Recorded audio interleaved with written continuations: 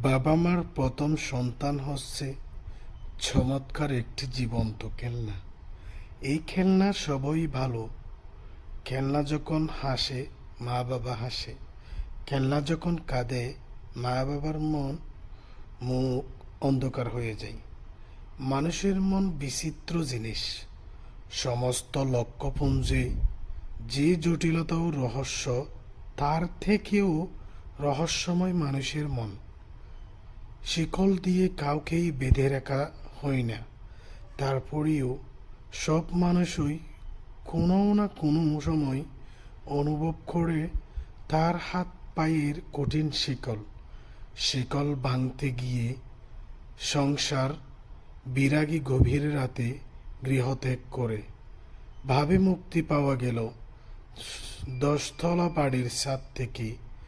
গৃহী মানুষ লাফিয়ে পড়ে ফুটপাতে।